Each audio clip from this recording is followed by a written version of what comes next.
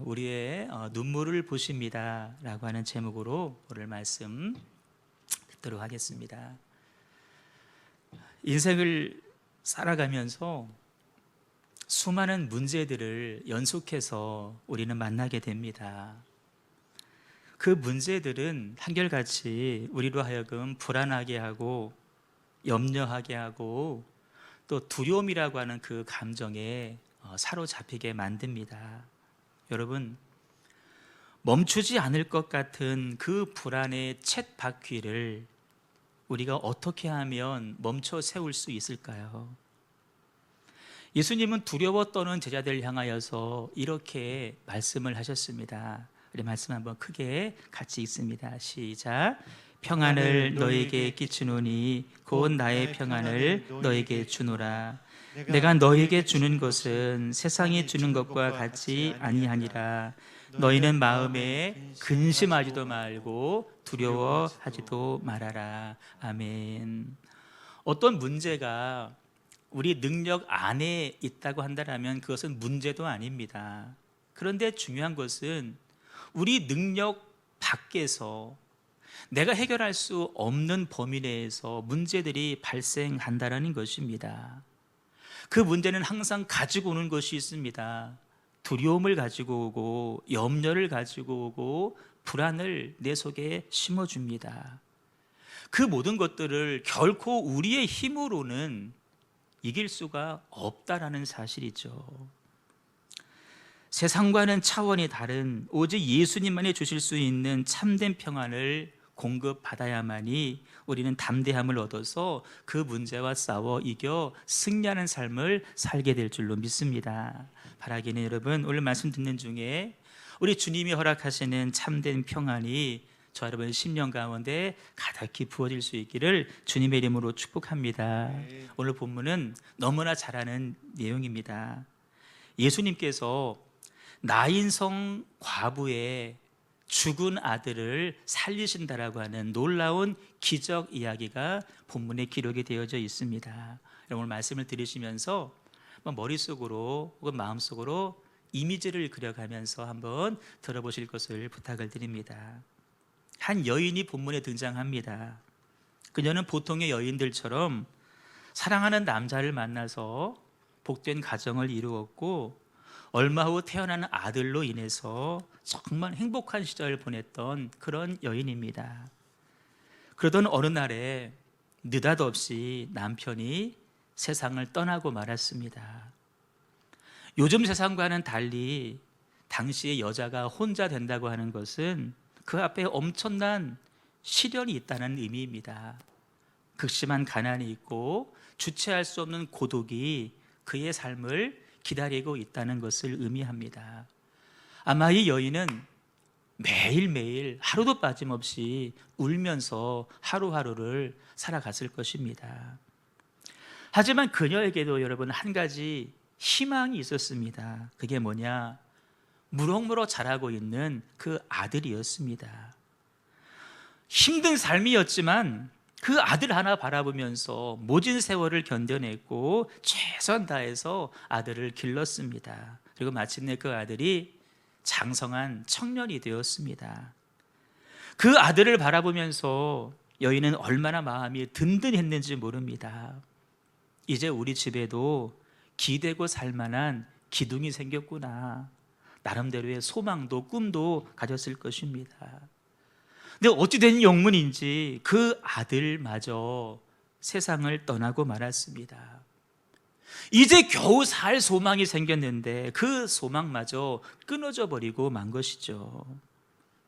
아들을 잃은 슬픔에 그녀는 얼마나 울었는지 모릅니다. 더 이상 짜낼 눈물이 없을 만큼 많이 울었습니다. 그렇게 장례가 치러지고 있는데 우리나라는 보통 사흘장을 하지만 유대나라는 하루의 장례를 마칩니다. 입관 절차에 따라서 시체를 마루에 눕혀놓고 빗으로 머리를 곱게 빗어줍니다.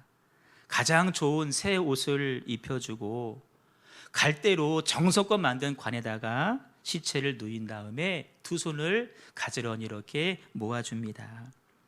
오후 5시가 되면 관을 메고 20-30분 거리에 있는 장지를 향해서 출발을 하는데 그 장례 행렬 가운데 그 어머니 오열을 하면서 그 뒤를 따라갑니다.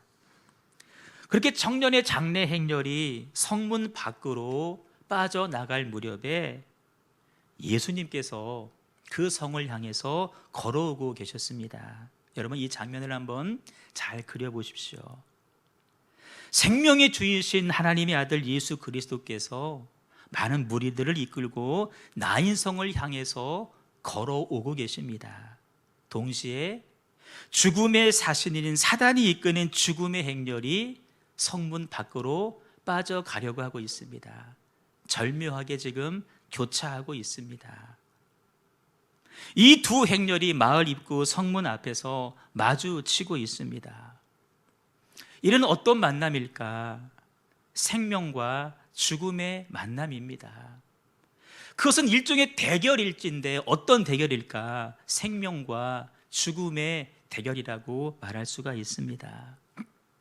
이런 상황 가운데 여러분, 우리 예수님 어떻게 하시면 좋을 것 같습니까?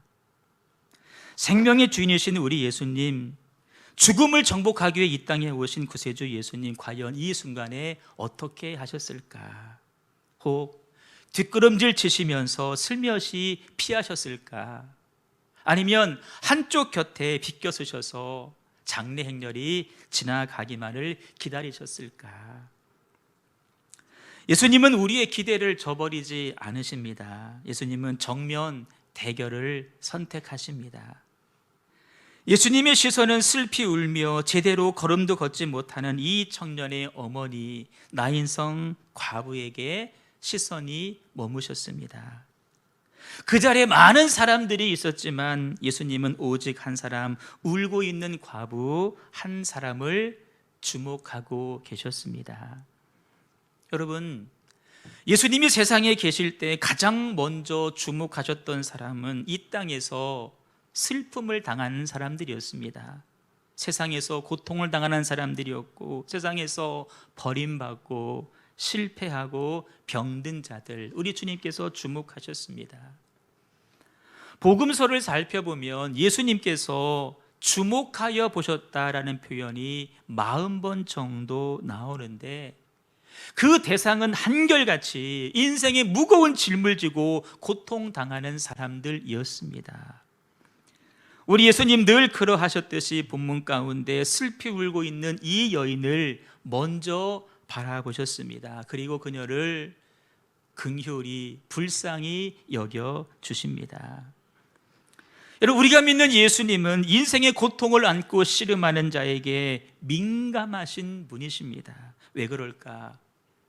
예수님의 마음은 항상 사랑의 만조를 이루고 있기 때문에 그렇습니다. 여러분, 바다가 만조를 이루면 온 해변이 바닷물로 덮여지게 되어 있습니다.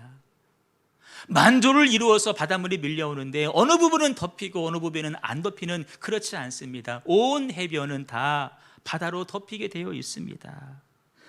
그렇게 우리를 향해 만조를 이루신 예수님의 사랑은 고통당하는 자들을 가장 먼저 덮으십니다. 그렇게 우리 예수님, 우리 아픔에 동참하시고 우리 아픔을 그대로 느끼시는 분이십니다. 이 여인이 얼마나 슬픈지, 그 마음이 얼마나 찢어지는 아픔인지, 얼마나 두려움에 떨고 있는지 우리 예수님은 다 알고 계십니다. 예수님은 굳이 설명을 듣지 않으셔도 과부의 처지를 다 알고 계셨고, 그렇게 과부의 괴로움과 아픔에 자신의 마음을 다 내어주셔서 그를 위로하셨습니다. 바로 이것이 여러분, 여인을 향한 주님의 긍휼의 마음이고, 그 긍휼의 마음이 오늘 저와 여러분들에게도 동일하게 임하고 있다는 것입니다. 울고 있는 과부를 보신 예수님 이렇게 말씀하시죠. 울지 말아라. 여러분, 울지 말라라고 하는 예수님의 위로는 우리가 흔히 하는 그런 상투적인 그런 위로의 말씀이 아닙니다. 예수님의 위로의 말씀은 진심 어린 위로의 말씀입니다. 동시에 내가 너로 하여금 다시는 울지 않게 해줄 거야. 네 눈에서 흐르는 눈물을 내가 대신 닦아줄 거야. 너의 눈물이 돌이어서 기쁨이 되게 해줄 거야 라고 하는 약속의 말씀이기도 합니다. 이는 예레미야 선지자가 대언했던 하나님의 음성과도 비슷합니다. 하나님은 나라를 잃고 고통 가운데 있는 이스라엘 향하여서 이렇게 말씀을 하셨습니다. 내 울음소리와 내 눈물을 멈추거라. 너의 장래에 소망이 있을 것이니라. 지금 예수님은 이 말씀을 이 여인에게 해주고 있는 것이죠. 울지 말아라. 너의 장래에 소망이 있을 것이다. 이어 예수님이 청년에 관해 손을 대십니다. 그 장래 행렬이 걸음을 멈춥니다. 그때 예수님은 이렇게 말씀하십니다. 청년아, 내가 네게 말하노니 일어나라. 이렇게 말씀하시죠. 어떤 일이 벌어집니까? 이미 죽어 입관까지 했던 그 청년이 다시 살아나게 된 줄로 믿습니다. 그 일을 지켜보던 수많은 사람들, 두려움과 떨림으로 하나님께 영광을 돌렸고, 무엇보다도 주님 약속하신 말씀처럼 과부의 눈물은 변하여서 기쁨으로 변하였고, 슬픔이 변하여서 춤으로 바뀌어지게 된 줄로 믿습니다. 끊어진 살 소망이 다시 산 소망으로 바뀌어지게 된 줄로 믿습니다. 여러분, 오늘 성경이 이 나인성 과부 이야기를 통해서 우리들에게 주시고자 하는 말씀은 무엇일까요? 본문의 여인처럼 먼저 세상 떠나보낸 사랑하는 우리 가족 다시 살려주시겠다, 그런 의미일까요? 물론 우리 예수님 죽은 자도 살리시는 능력의 예수님이시지만 오늘 본문의 이 기적이 우리 모두에게 동일하게 적용되는 것은 아닐 것입니다. 그렇다면 무엇일까? 성경은 본문을 통해서 하나님의 성품을 우리들에게 말씀해 주고 계십니다. 제가 묵상한 하나님의 성품은 두 가지인데 시간 관계상 오전에 한 가지 말씀드리고 오후에 하나 말씀드리려고 합니다. 첫 번째 본문에 드러난 하나님의 성품은 무엇일까? 우리 하나님, 이 땅 가운데 힘겨운 삶을 살아가는, 특별히 그 힘겨운 일들로 인해서 울고 있는 사람들을 주목하시는 하나님이라는 것입니다. 따라합니다. 우는 자를 주목하시는 하나님. 이 땅을 살아가면서 단 한 번도 울어보지 않은 사람은 없을 것입니다. 예수님도 이 땅을 살아가시면서 여러 번 우셔야만 했습니다. 여러분, 눈물이라고 하는 것이 언제 나옵니까? 말문이 막힐 때 눈물이 나오는 것입니다. 말로 표현할 수 없을 만큼 벅찬 감격이 있거나 슬픔에 쌓일 때 우리 눈에는 눈물이 자연적으로 터져 나오게 되어 있습니다. 그런 의미에서 눈물은 그 자체로 완벽한 언어라고 말할 수 있습니다. 눈물은 통역이 필요 없습니다. 왜 우는지 설명할 필요도 없죠. 지금 우크라이나가 러시아와 전쟁을 하고 있습니다. 여러분도 보셨겠지만 TV를 통해서 울고 있는 우크라이나 주민들의 모습을 본 적이 있습니다. 여러분, 왜 우는지 거기에 굳이 설명해야 됩니까? 설명할 필요가 없습니다. 눈물 자체로 완벽한 표현입니다. 그런데 우리네 문화는 그렇지 않습니다. 우리네 문화는 눈물 흘리는 것을 굉장히 부끄럽게 여깁니다. 잘못된 그 양반 문화 때문에 그렇습니다. 하나님의 은혜를 깨닫고 눈물을 흘리다가도 누가 볼까 봐 금세 눈을 움츠립니다. 그러니 여러분, 그럴 필요가 없습니다. 결코 눈물 흘리는 것은 하나님 앞에서 수치스러운 일도 아니고 사람 앞에서 결코 수치스러운 일이 아니라는 것이죠.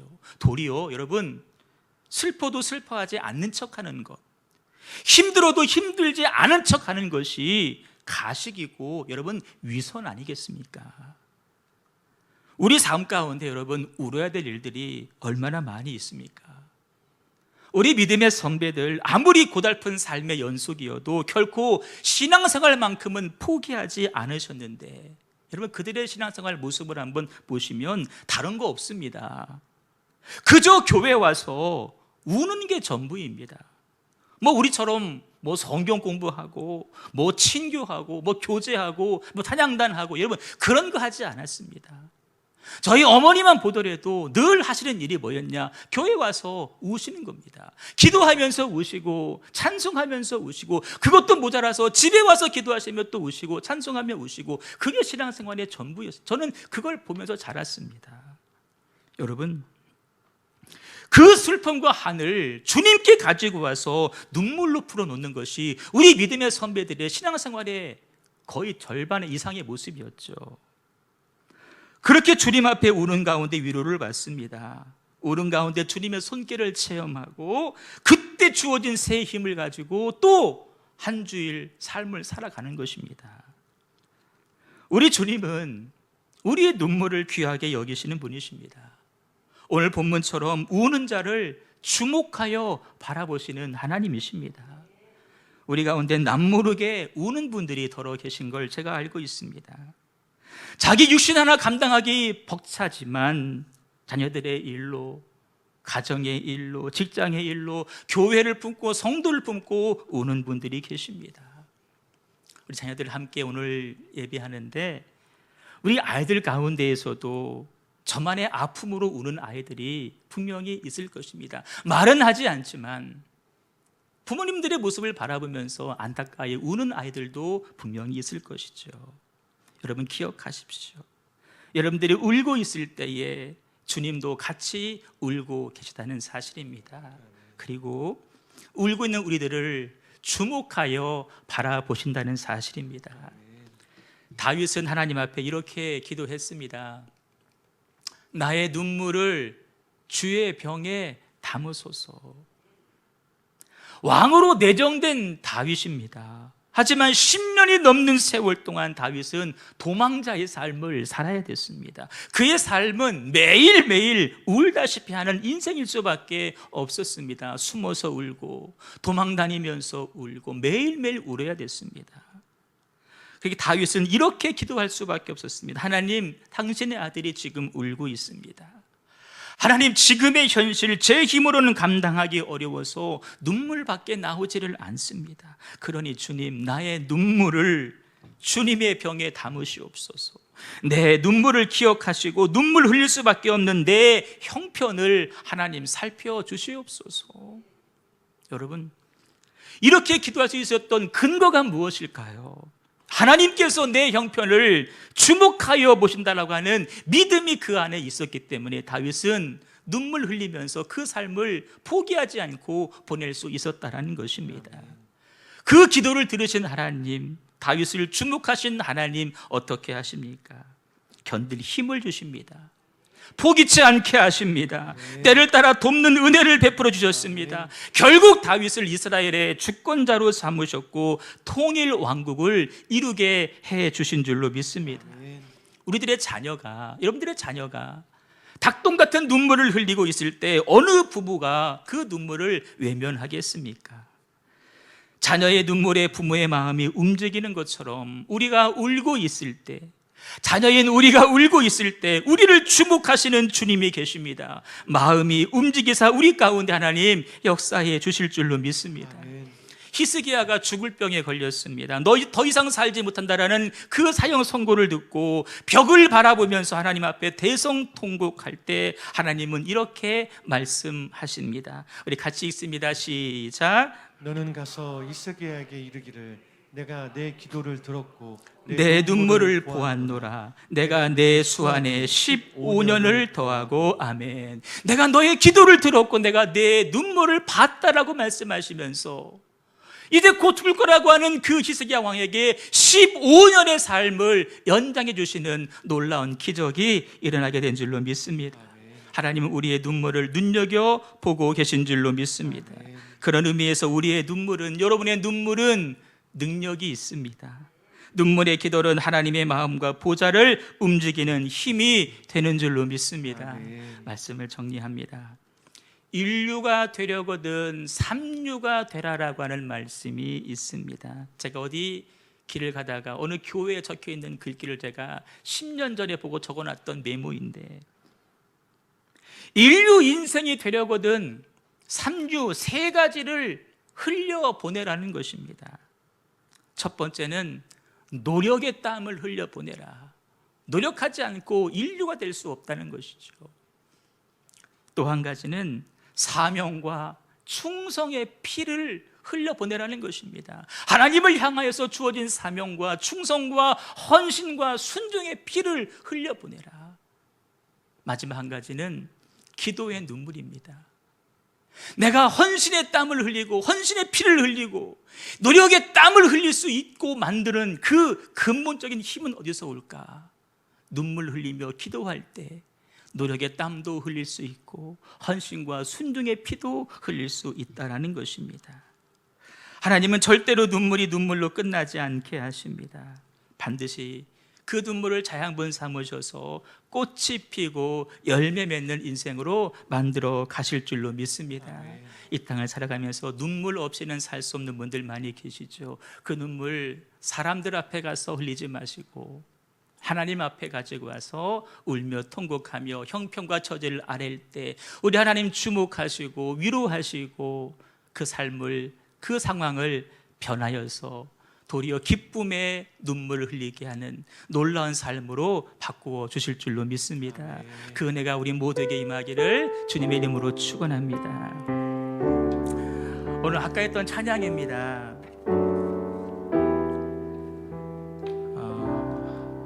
찬양단에서 준비 찬양을 이 곡을 했어요.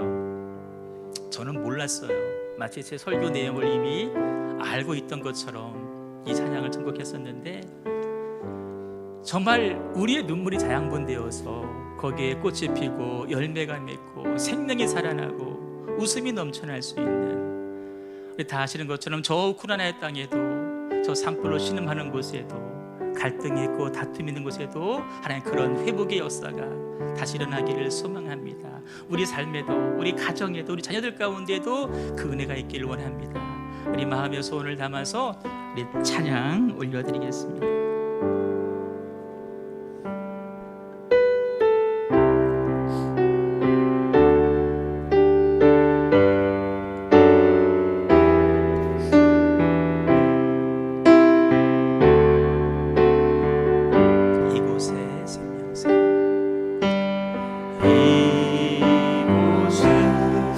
생명샘 솟아나 눈물 골짝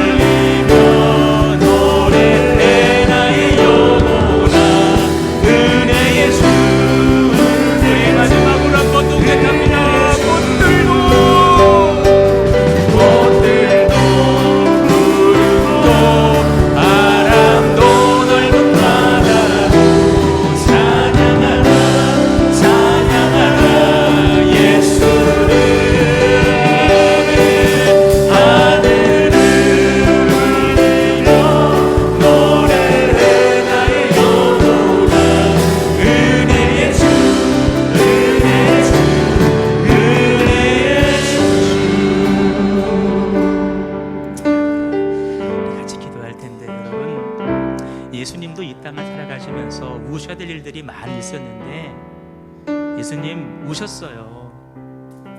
내가 그래도 예수인데 어떻게 울어 사람들 보는 앞에서 그러지 않으셨어요. 같은 아픔을 가지고 오셨어요. 우리 예수님 우리를 주목하시는 분이십니다. 하나님 앞에 남아서 통곡하는 자에게 하늘나라가 있다고 말씀하지 않으십니까? 우리들의 아픔을 가지고 주님 앞에 가지고 나오셔서 하나님 나 이렇게 어려운 일이 있어요. 힘겨운 일이 있어요. 남들은 알지 못하지만 나만이 알고 있는 인생에 큰 아픔이 있어요.